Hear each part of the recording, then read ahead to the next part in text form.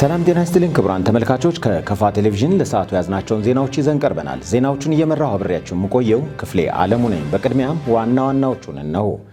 የደቡብ ምዕራብ ኢትዮጵያ ህዝቦች ክልል መንግስት የ2018 የሥራ ዘመን በጀት 28 ሚሊዮን 677 ሚሊዮን ብር በላይ ሆኖ ጸደቀም። በ2017 የሐምሌ ወር የግብር አሰባሰብ ስራ በተያዘለት ጊዜ መፈጸም እንዲችል ግብር ከፋዩ ማህበረሰብ የድርሻውን መወጣት እንዳለበት የጠሎ ወረዳ አስተዳደር አሳሰበም። የኢትዮጵያ ቡና የገበያ መዳረሻዎቹን እያሰፋ መሆኑን የኢትዮጵያ ቡናና ሻይ ባለስልጣን አስታወቀም። በክረምቱ አልፎ አልፎ የሚኖረው ከባድ ዝናብ ሊያስከትል ከሚችለው ቅጽበታዊ ጎርፍ ጥንቃቄ ማድረግ እንደሚገባ የኢትዮጵያ ሜትሮሎጂ ኢንስቲትዩት አሳሰበም። ክቡራን ተመልካቾች አሁን ወደ ዝርዝሮቹ አልፈናል።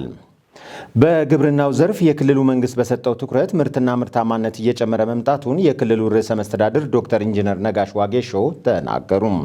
ርዕሰ መስተዳድሩ ይህን ያሉት የክልሉ ምክር ቤት ባካሄደው 6ኛ ዙር 4ኛ ዓመት 8ኛ መደበኛ ጉባኤ ላይ ነው። ዘገባው የባልደረባችን በላቸው በላይ ነው። ብሩክታይት ብርሃኑ ታቀርበዋለች። በጉባኤው የክልሉ መንግስት የ2017 በጀት ዓመት ያፈጻጸም ማጠቃለያ ሪፖርት በርዕሰ መስተዳድር ዶክተር ኢንጂነር ነጋሽ ዋጌሾ በመቅረብ ላይ ይገኛል። ርዕሰ መስተዳድሩ ለምክር ቤቱ አባላት ባቀረቡት የ2017 ማጠቃለያ ያፈጻጸም ሪፖርት በኢኮኖሚ ልማት ዘርፍ የተሻሉ ተግባራት መከናወናቸውን አንስተዋል። ርዕሰ መስተዳድር ዶክተር ኢንጂነር ነጋሽ ዋጌሾ የግብርና ስራዎች አፈጻጸም ሪፖርት ባቀረቡበት ወቅት በ2017 በመኸር በበጋ መስኖና በበልግ ወቅት አጠቃላይ 75830 ሄክታር ማሳ በዘር በመሸፈን 20 ሚሊዮን 632359 ኩንታል ምርት ለመሰብሰብ ተችሏል ብለዋል። በበጋ መስኖ ስንዴ ልማት 6004 ሄክታር መሬት ለማልማት ታቅዶ 149106 ኩንታል ምርት ለመሰብሰብ መቻሉን ገልጸዋል። በኩታ ገጠም እርሻ በመኸር በመስኖና በበልግ ወቅት በ7011 ክላስተር በዋና ዋና አዘርት ሰብሎች 182768 ሄክታር ለማልማት ታቅዶ 167426 ሄክታር መከናወን ተችሏል ብለዋል። በሆልቲካልቸር በአትክልት ስራ ስር በእንሰትና ፍራፍሬ በመኸር በመስኖና በበልግ አዝመራ 330732 ሄክታር ለማልማት ታቅዶ 326696 ሄክታር የለማ ሲሆን ከዚህም 66 ሚሊዮን 958777 ኩንታል ተገኝቷል ብሏል። የክረምት ተከላ መርሃ ግብር የተለያዩ ዘርፈ ብዙ ጠቀሜታ ያላቸው 132.3 ሚሊዮን የዛፍ ችግኞችን ለመትከል አቅዶ 145 ሚሊዮን በላይ ችግኝ ተከላ መከናወን መቻሉን ተናግረዋል። የቡና ማሳ ሽፋንን ከማሳደግ አንጻር በበጀት ዓመቱ 88546 የቡና ችግኝ በማዘጋጀት 87944 ቡና ተተክሏል ያሉት ዶክተር ኢንጂነር ነጋሽ ዋጌሾ ከቅመማ ቅመምና ሻይ ልማት ስራዎች አፈጻጸም አንጻር ከነባር ለምርት ከደረሰ 75064 ሄክታር ማሳ ላይ 385465.4 ቶን ምርት ተሰብስቧል ብሏል። በበጀት ዓመቱም በቡና የታጠበና ያልታጠበ 48153 ቶን ቡና ወደ ማዕከላዊ ገበያ ማቅረብ መቻሉን ዶክተር ኢንጂነር ነጋሽ ዋጌሾ አንስተዋል። የደቡብ ምዕራብ ኢትዮጵያ ህዝቦች ክልል መንግስት የ2018 የሥራ ዘመን በጀት 28 ቢሊዮን 677 ሚሊዮን ብር በላይ ሆኖ ጸደቀ። የጸደቀውን በጀት ለሚፈለገው ዓላማ በተገቢው መንገድ ማዋል እንደሚገባ በምክር ቤቱ ጉባኤ ላይ ተገልጿል። ዘገባው የባልደረባችን በላቸው በላይ ነው። ዘሩፋኤል ሀብታሙ ያቀርበዋል።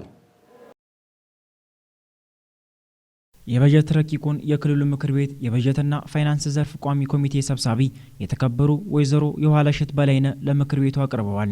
ለዞኖች ለመደበኛና ለካፒታል ፕሮግራም ወጪዎች 23 ቢሊዮን 509 ሚሊዮን 27852 ብር የቀረበ ሲሆን የዞኖች የበጀት ድልድል እንደሚከተለው ቀርቧል። በዚህም ለከፋ ዞን 8 ቢሊዮን 742682 ብር ከ22 ሳንቲም፣ ለቤንች ሸኮ ዞን 5 ቢሊዮን 108 ሚሊዮን 447200 ብር ከ69 ሳንቲም፣ ለዳውሮ ዞን 4 ቢሊዮን 673 ሚሊዮን 378209 ብር ከ72 ሳንቲም፣ ለሸካ ዞን 2 ቢሊዮን 505 ሚሊዮን 846561 ብር ከ3 ሳንቲም፣ ለምዕራብ ኦሞ ዞን 1 ቢሊዮን 958 ሚሊዮን 797201 ብር ከ36 ሳንቲም እንዲሁም ለኮንታ ዞን 1 ቢሊዮን 261 ሚሊዮን 815997 ብር ከ07 ሳንቲም ሆኖ ተደላድሏል። በበጀት እቅዱ ዙሪያ የክልሉ ፋይናንስ ቢሮ ኃላፊ ወይዘሮ ወሰነች ቶማስ በሰጡት ማብራሪያ በጀቱ የክልሉን ኢኮኖሚ ፈጣን እድገት እንዲቀጥል የሀብት ክፍፍሉ ፍትሐዊ እንዲሆን ትኩረት ተሰጥቷል ብለዋል። በአጠቃላይ የክልሉ መንግስት የ2018 የሥራ ዘመን በጀት 28 ቢሊዮን 677 ሚሊዮን 427686 ብር ከ70 ሳንቲም እንዲሆን በምክር ቤት አባላት በሙሉ ድምጽ ጸድቋል። የክልሉ ህዝብ ፍትሐዊ የልማትና የኢኮኖሚ ተጠቃሚነት እንዲረጋገጥ በክልሉ የተጀመሩ ስራዎች መጠናከር እንዳለባቸው በምክር ቤቱ አባላት ተጠይቋል። የክልሉ ምክር ቤት የ2017 ዓ.ም ተጨማሪ የበጀት ረቂቅን መርምሮ አጸደቀ። የ2017 በጀት ዓመት ተጨማሪ የወጪ በጀት ረቂቅ አዋጅ 2 ቢሊዮን 247 ሚሊዮን 385 ሺህ ብር በላይ ሆኖ ቀርቧል። የተጨማሪ በጀት ረቂቅ አዋጁ በ2017 በጀት ዓመት ለመንግስት ሰራተኞች የ9 ወራት የደሞዝ ማሻሻያ ክፍያ የተፈጸመ በጀት መሆኑን የክልሉ ፋይናንስ ቢሮ ኃላፊ ወይዘሮ ወሰነች ቶማስ ተናግረዋል። የምክር ቤት አባላቱ በበጀቱ ዙሪያ ከመከሩ በኋላ ተጨማሪ በጀቱን በሙሉ ድምፅ አጽድቀውታል። ዘገባው የባልደረባችን በላቸው በላይ ነው።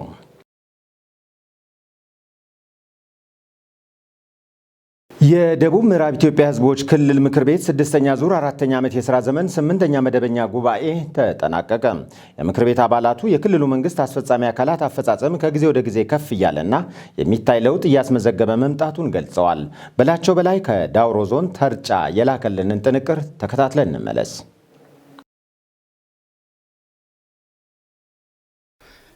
ስሜ ገነት መንገሻ ይባላለሁ። ከሌማ ቦሳ ምርጫ ክልል ጨነቁ ኮንታር ይባላለሁ።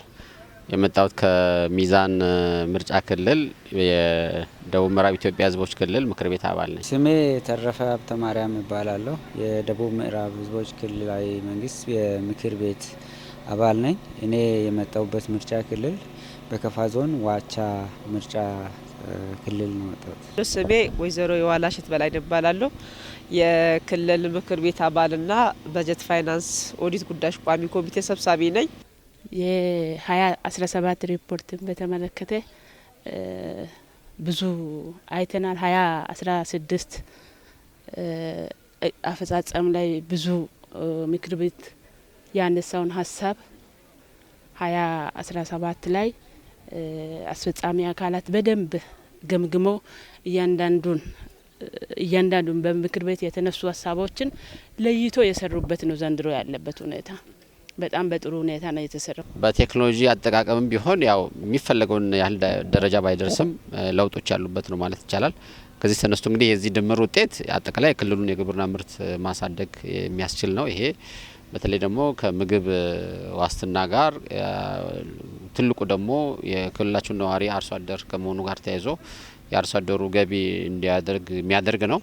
ከዛ ውጭ ክልላችን የሚያመርታቸው ግብርና ምርቶች ኤክስፖርት የሚደረጉ ናቸው። ለሀገር የውጭ ምንዛሪ ሊያስገኙ የሚችሉ ናቸው። በሀገሪቷ ውስጥ ካሉ ዋና ዋና ቡና አምራች አካባቢዎች አንዱ ነው ክልላችን። ከዚህ አንጻር የቡና ኤክስፖርትም በቅመማ ቅመምም የታዩ ጥሩ ነገሮች አሉ። እንግዲህ እነዚህ የበለጠ ደግሞ በሚቀጥለው ዓመት ተጠናክሮ መቀጠል የሚችሉበት ላይ ውይይት ተደርጓል። በማህበራዊ ልማትም በጤናና በትምህርት ዘርፍ ጥሩ የተጀመሩ ስራዎች አሉ። በተለይ በትምህርት የትምህርት ጥራትን ከማሻሻል ጋር ተያይዞ የተጀመሩ ንቅናቄዎች፣ የህዝብ ድጋፎች፣ የትምህርት ግብዓት አቅርቦት ጋር ያሉ ጥሩ ለውጥ የታየባቸው ናቸው።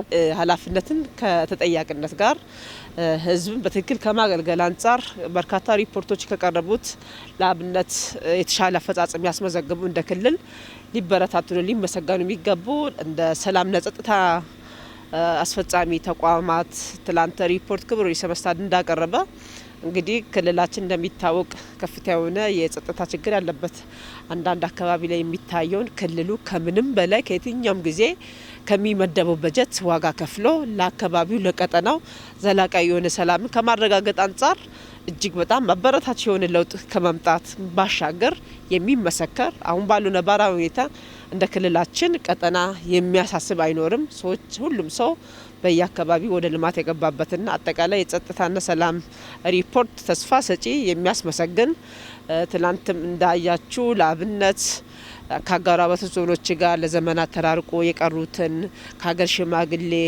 ከወጣቶች ከሚመለከታቸው ባለድርሻ አካላት ጋር ቁርሾ የነበረውን በመቅረፍ ዘላቂ የሆነ ሰላምን በማምጣት አብሮነትን ህብረ ብሔራዊነትን የማስታሰር ስራ የተሰራበት እንደ ክልሉ ጸጥታ ቢሮ እጅግ በጣም ይመሰገንና ዘላቂነቱ እስከ ቀጣይም እንዲቀጥል ከማድረግ አንጻር የሚታዩ ነገሮችን ርዕሰ መስተዳድሩ ወስደው ከሚመለከተው ባለድርሻ አካላት ተቀናጅቶ የሚሰራ ከሆነ ክልላችን አሁን ባለው ነባራዊ ሁኔታ የሰላም ጉዳይ ከጊዜ ወደ ጊዜ እየመጣና አሁን ባለው ነባራዊ ሁኔታ ሁሉም ወደ ስራ የገባ ስለሆነ የሰላም ጸጥታ ቢሮ በጣም ሊመሰገን ይገባል። ቦታዎች ላይ እየተነሳ ያለው የመንገድ መሰረተ ልማት ነው።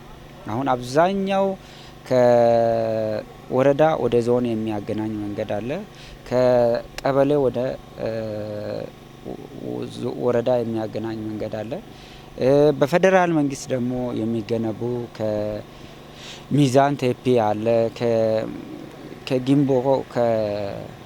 ከጊምቦ ወደ ማሻ የሚሄድ መንገዶች አሉ። ሰፋፊ የፌዴራል ፕሮጀክቶች አሉ።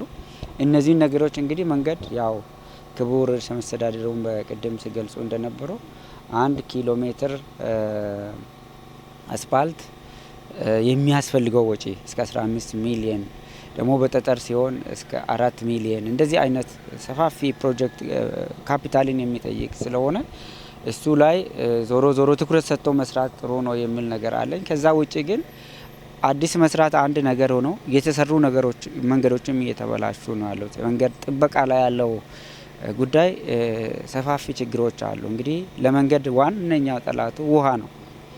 የውሃ መፋሰሻዎች ዋናውን መንገድ በትንሹ እየቆረጠ ሲሄድ ይሄ ነገ ከፍተኛ አደጋ ያመጣል በሚል እሳቤ ማህበረሰቡ መስራት አለበት የሚል እሳቤ አለኝ። ምክንያቱም ቦዮችን መንገድ ዳር ላይ ወጥቶ የዚህ የተለያዩ የውሃ አቁሮ ለተለያዩ ስራዎች ለመጠቀም ሲሉ በተለይ ዩራፕ መንገድ ላይ ያ ውሃ ሲያቁሩ ዋነኛው መንገድ ቆርጦ የሚሄድበት ሁኔታ አለ። ያ ሲሆን ደግሞ አደጋው እየከፋ የሚሄድበት ሁኔታ ስላለ እዛ ላይ ክትትል ማድረግ ነው። አጠቃላይ በዚህ ሁኔታ ላይ ትኩረት አድርጎ መስራት ነው። ሌላኛው ከገቢ አንጻርም እንግዲህ አንድ መንግስት የሚጠየቁ የህዝብ ጥያቄ የልማት ጥያቄ መመለስ የሚችለው የገቢ አቅሙ ተጠናክሮ ሲቀጥል ስለሆነ እዛ ላይም ትኩረት ሰጥተን መስራት የሚገባ መሆኑን ያው በዋናነት እንደ ችግር ያነሳናቸው። ተመልካቾች አሁን ከክልል ምክር ቤት ዜናዎች ወጥተናል። በ2017 የሐምሌ ወር የግብር አሰባሰብ ስራ በተያዘለት ጊዜ መፈጸም እንዲችል ግብር ከፋዩ ማህበረሰብ የድርሻውን መወጣት እንዳለበት የጠሎ ወረዳ አስተዳደር አሳሰበ። ወረዳው የበጀት ዓመቱን የገቢ አሰባሰብ አስመልክቶ ከባለድርሻ አካላት ጋር ምክክር አካሂዷል። ዘገባው የወረዳው የመንግስት ኮሚኒኬሽን ጉዳዮች ጽህፈት ቤት ነው። ቤተልሔም ምሩ ታቀርበዋለች። የወረዳው ዋና አስተዳዳሪ አቶ አተርሰ ሸታቸው እንደገለጹት ገቢ እንዲሰበስቡ ኃላፊነት የተሰጣቸው ተቋማት የተሰጣቸውን ተልዕኮ በወቅቱና በጥራት በመፈጸም ግዴታቸውን መወጣት እንዳለባቸው ተናግረዋል። በገቢ አሰባሰብ ወቅት በቸልተኝነትና ባላስፈላጊ ጣልቃ ገብነት ማነቆ የሚሆኑ አካላቶች ከተገኙ በአሰራር ስርዓቱ መሰረት እርምጃ እንደሚወሰድባቸውም አቶ አተርሰ ጠቁመዋል። የልማትና የመልካም አስተዳደር ጉዳዮችን በአግባቡ ለመመለስ ገቢን መሰብሰብ ወሳኝ በመሆኑ ማህበረሰቡ ይህንን በመረዳት ከራሱ የሚጠበቀውን ግዴታ መወጣት እንዳለበትም አስገንዝበዋል። የማዘጋጃ ቤታዊ ገቢ አሰራርን በማሻሻል የንግድ እድሳት ስራን በማጠናከር ትኩረት ሰጥተው መስራት እንደሚጠበቅም አንስተዋል። የቫትና ቲኦቲ ገቢ አሰባሰብ አሰራርን በመረዳትና የተሰበሰበው ሀብት በታማኝነት ለመንግስት ገቢ እንዲሆን መከታተልና አፈጻጸሙን ማሻሻል እንደሚገባም ጠቁመዋል። የደንብ አስከባሪ ተቋማትና ባለሙያዎች በስነ ምግባርና በአመለካከት ለገቢ ስራ ያላቸውን የህግ ማስከበር ቁርጠኝነት መወጣት እንዳለባቸው ዋና አስተዳዳሪው አብራርተዋል። የወረዳው ብልጽግና ፓርቲ ቅርንጫፍ ጽህፈት ቤት ኃላፊ አቶ አፈቶ ገብረ ሚካኤል በበኩላቸው ያለአግባብ ነጋዴውን ለመጉዳት የሚያቅድ መዋቅር እንደሌለ በመጠቆም የግብር ከፋይ ነጋዴዎች በሲስተሙ ላይ የሚነበበውን ግብር በወቅቱ በመክፈል ሀገራዊ ግዴታቸውን እንዲወጡ አሳስበዋል። የወረዳው ገቢዎች ጽህፈት ቤት ኃላፊ አቶ ተሻለ ሽፈራው በበኩላቸው ለተቋሙ ገቢ አፈጻጸም ማነቆ ናቸው ያላቸውን ሀሳቦች ያነሱ ሲሆን እነኚህን ችግሮች በመፍታት ትኩረት ሰጥተው መስራት እንደሚገባም ተናግረዋል። ታላቁ የኢትዮጵያ ህዳሴ ግድብ በፋይናንስ በኩል ሙሉ በሙሉ በራስ አቅም በመንግስትና በህብረተሰብ ተሳትፎ የተገነባ መሆኑን የግድቡ ማስተባበሪያ ጽሕፈት ቤት አስታወቀም። በ2017 በጀት ዓመት በህብረተሰቡ ለግድቡ ግንባታ ያደረገውን ድጋፍ፣ ትብብርና እገዛ በተመለከተ የጽሕፈት ቤቱ ምክትል ስራ አስፈጻሚ ፍቅርተ ተአምር ለጋዜጠኞች መግለጫ ሰጥተዋል። በዚህ ወቅት ከቦንድ ሽያጭና ስጦታ ከ8100ኤ እና እንዲሁም ከፒን ሽያጭና ከሌሎች መንገዶች ገቢ ማሰባሰብ መቻሉን ተናግረዋል። በዚህም በተጠናቀቀው በጀት ዓመት ለግድቡ ግንባታ 1.6 ቢሊዮን ብር ለመሰብሰብ ታቅዶ 1.7 ቢሊዮን ብር ድጋፍ መሰብሰቡን ተናግረዋል። ይህም ከዕቅድ አንጻር የ7 በመቶ ብልጫ እንዳለው ምክትል ስራ አስፈጻሚዋ አስታውቀዋል። ፕሮጀክቱ በፋይናንስ በኩል በመንግስትና በህብረተሰቡ ተሳትፎ 100 በመቶ በራስ አቅም የተገነባ መሆኑን ገልጸው መላው ኢትዮጵያዊ በሞራል፣ በገንዘብ፣ በጉልበትና ፐብሊክ ዲፕሎማሲ ጨምሮ በአካባቢ ጥበቃ ከፍተኛ ርብርብ በማድረግ የተመዘገበ ስኬት መሆኑንም አስረድተዋል። ዘገባው የኢትዮጵያ ዜና አገልግሎት ነው።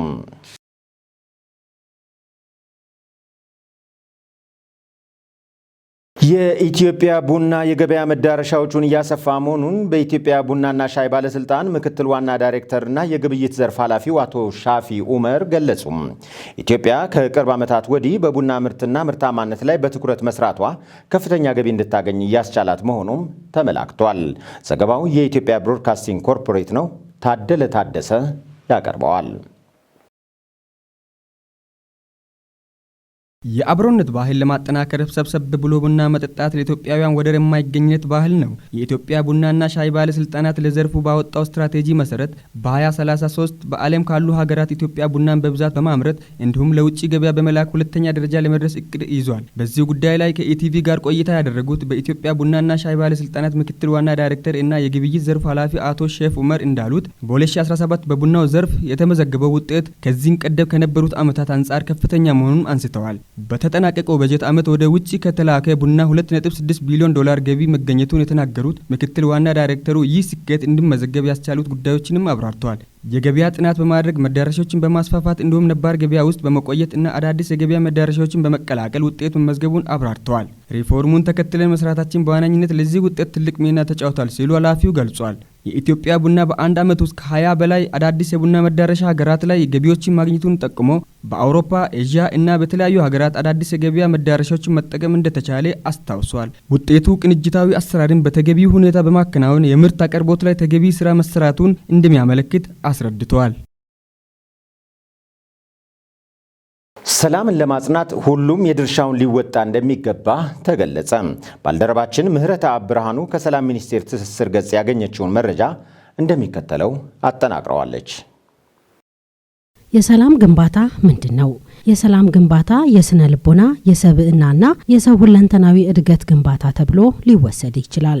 የሰላም ግንባታ ሰብአዊ ሀብት ግንባታ፣ የአመለካከት፣ የክህሎት፣ የአስተሳሰብ፣ የተግባቦት ክህሎትን፣ የፈጠራ ችሎታን፣ ትምህርትንና የሁለንተናዊ ክህሎት ግንባታ ተብሎ ሊገለጽ ይችላል። በጣም ቀለል ባለ አነጋገር የሰላም ግንባታ ማለት የተግባቦት ወይም የግንኙነት ግንባታ ማለት ነው። በሌላ መልኩ ተጋጭተው፣ ተለያይተው፣ ተራርቀው፣ ተፈናቅለው፣ ተጎድተው ዳግም ላለመገናኘት ተማምለው በነፍስ የሚፈላለጉ ግለሰቦች፣ ቡድኖች ወይም ማህበረሰቦች ግንኙነታቸው መልሰው መገንባት፣ ማስታረቅ፣ ማዋሃድ፣ ማዋደድ፣ ማደስ፣ እንደገና ነፍስ እንዲዘራ ማድረግና ህይወትን እንደገና የመጀመር ሂደት የሰላም ግንባታ ተብሎ ሊጠራ ይችላል። የሰላም ግንባታ ከአብዛኛው ጊዜ ከግጭት፣ ከነውጥ፣ ከአመጽ፣ ከጦርነት በኋላ የሚከወን ድርጊት ቢሆንም ከጦርነቱ ወይም ከግጭት ጎን ለጎን የሚካሄድ ተግባርም ነው። የሰላም ግንባታ የሀገር ግንባታ፣ የዜጎች ግንባታ፣ የሀገራዊ ማንነት፣ የብሔራዊ ስሜት፣ የሀገር ወዳድነት፣ የሀገር ፍቅር ግንባታ ተብሎ ሊጠቀስም ይችላል። ሲጠቃለል የሰላም ግንባታ የአዲስ አስተሳሰብ፣ የአመራር ብቃትና የክህሎት ግንባታ ይባላል። የሰላም ሚኒስቴር የሰላም ግንባታ ስራዎችን ለማጠናከርና አዎንታዊ ሰላምን ለመጠበቅ ለመንከባከብና ለማሳደግ ግለሰብ፣ ቤተሰብና ማህበረሰብ ላይ ትኩረት አድርጎ እየሰራ ይገኛል። የሰላም ግንባታ ስራዎች ውጤታማ እንዲሆኑ በየደረጃ የሚገኙ አካላት በስፋት በማሳተፍና በባለቤትነት መንፈስ እንዲሰሩ የሚያስችሉ አደረጃጀቶችን፣ አሰራሮችንና ህዝባዊ ንቅናቄዎችን በመፍጠር ዘርፈ ብዙ ተግባራትን እያከናወነ ይገኛል።